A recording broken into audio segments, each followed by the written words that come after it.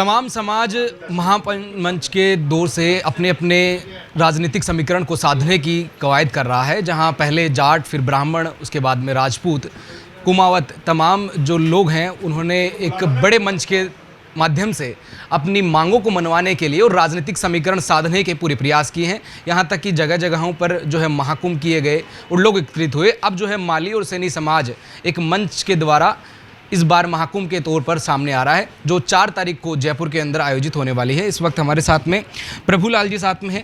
Sir, किस तरह की राजनीतिक समीकरण साधने की इस बार कोशिश की जा रही है, क्योंकि देखा जा रहा है कि हर जो महाकुंभ हो रहा है उसके अंदर एक ही मुख्य मांग रहती है कि हमारे जो राजनीतिक जो पार्टियां चुनकर आ रही है उसके अंदर हमें भी सीट की दावेदारी मिले।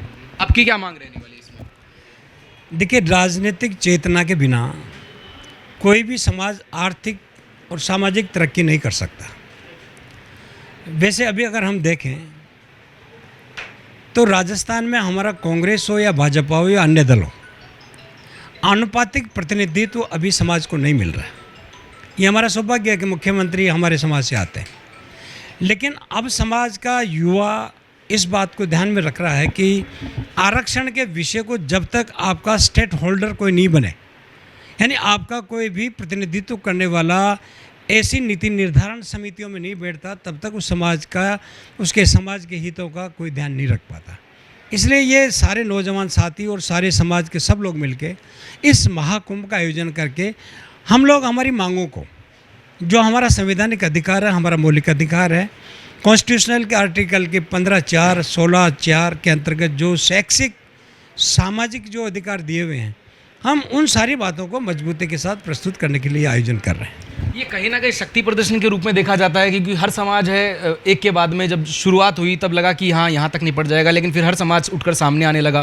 फिर बाद में अपनी अपनी मांगे जो है मंच के माध्यम से और भीड़ को दिखाकर कि हम इतने लोग एक साथ एकत्रित हैं और एक मंच के एक जाजम पर बैठकर अपनी बात मनवा रहे हैं, तो फिर कहीं ना कहीं शक्ति प्रदर्शन के रूप में देखा जा रहा है। देखिए, सैनी समाज कभी भी किसी भी अन्य जाति से हम लोग प्रतिस्पर्धा नहीं करते, अन्य जाति का सम्मान भी करते हैं।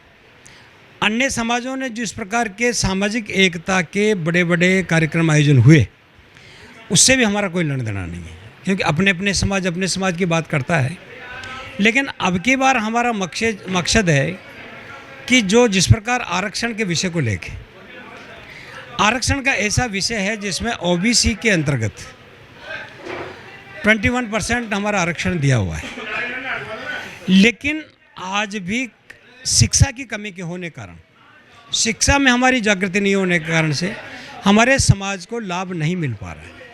इसलिए अब की बार शिक्षा के क्षेत्र में, चाहे राजनीतिक क्षेत्र में, चाहे आर्थिक क्षेत्र में, या समाज को संगठित करने के क्षेत्र में, सारे उपनाम जो हमारी जातियों के थे, सैनी, माली, कुशवाहा, साख्य, मौर्य, सुमन, ये सारे के सारे को एक जोड़ के संगम के रूप में अपनी बात को रखने के लिए, सर्वसम्मत निर्णय करने के लिए, और आजकल जब तक अपनी बात का प्रेजेंटेशन चाहे सरकार में हो चाहे कहीं भी हो, तब तक उसको सफलता नहीं मिलती जब तक आपका प्रेजेंटेशन, आपके आंकड़े यानी तथ्य वो। अब पिछले दिनों जैसे आंदोलन हुए, अब जो आंदोलन हुए वो आंदोलन न्याय, कानून और लोकतंत्र के चुनौती पर हैं।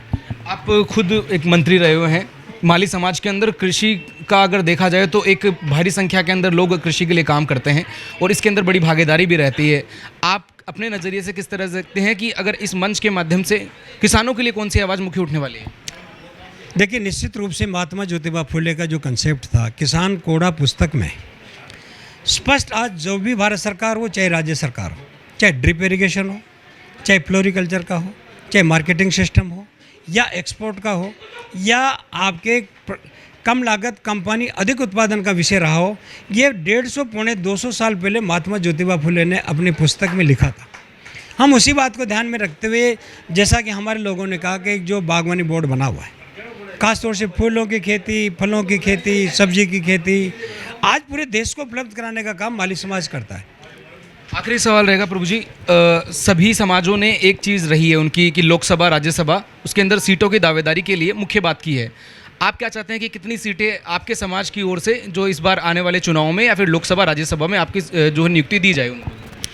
देखिए, सैनी माली समाज कोई भीख नहीं मांग रहा है, अधिकार मांग रहे हैं। और अधिकार उनका इसलिए बनता है क्योंकि जहाँ पर नगण्य से मतदाता होने के बाद भी उनका जो राजनीतिक एक प्रसाद होता है, जिसमें मंदिर में जाने वाले पुजारी किसी को प्रसाद देता है तो वही सर्वभौम हो जाता है, जिस कहीं को प्रसाद नहीं मिलता है। तो हमारा ये प्रयास होगा कि हम अधिकारों के लिए लड़ रहे हैं, हम किसी की तुलना नहीं कर रहे, किसी के प्रतिशोध भी नहीं कर रहे।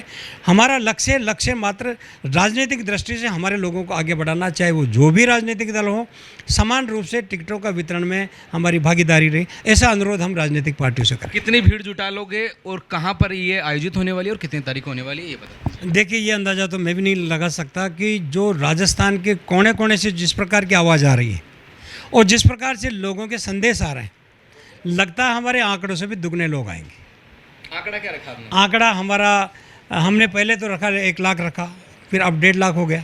अब संभवतः ये आगे बढ़ सकता है, लेकिन हमारी व्यवस्था जो हमने की है वो 1.5 लाख लोगों तक की व्यवस्था हुई है। बाकी बैठने की, बाकी अब कितने लोग सड़कों पे बेचारे कहाँ रहेंगे, छाया की व्यवस्था को आज हम लोग मौका देखेंगे। पूरी टीम जाएगी और मौका देखने के बाद आवश्यकता होगी विस्तार की तो और हम लोग विस्तार करेंगे। ये विद्यानगर का जो स्टेडियम है वहाँ होगी। तो 4 तारीख को एक बार फिर माली और सैनी समाज एकत्रित होने वाला, एक जाजम पर बैठने वाला है और अपनी मांग को मनाने के लिए एक मंच के ऊपर बैठकर अपनी मांग को रखेगा। जाहिर सी बात है, विद्यानगर स्टेडियम में आयोजित होने वाली है और भारी संख्या में लोगों का जनसैलाब वहां पहुंचने वाला है। हम भी वहां मिलेंगे। मेरे सहयोगी कुलदीप सिंह के साथ में दीपक कुमावत, तेज टीवी, जयपुर। देश और दुनिया की हर बड़ी खबर के लिए सब्सक्राइब करें नवतेज टीवी और पल पल के अपडेट्स के लिए बेल आइकन को दबाना ना भूलें, क्योंकि आपकी खबरों का भरोसेमंद साथी है नवतेज टीवी।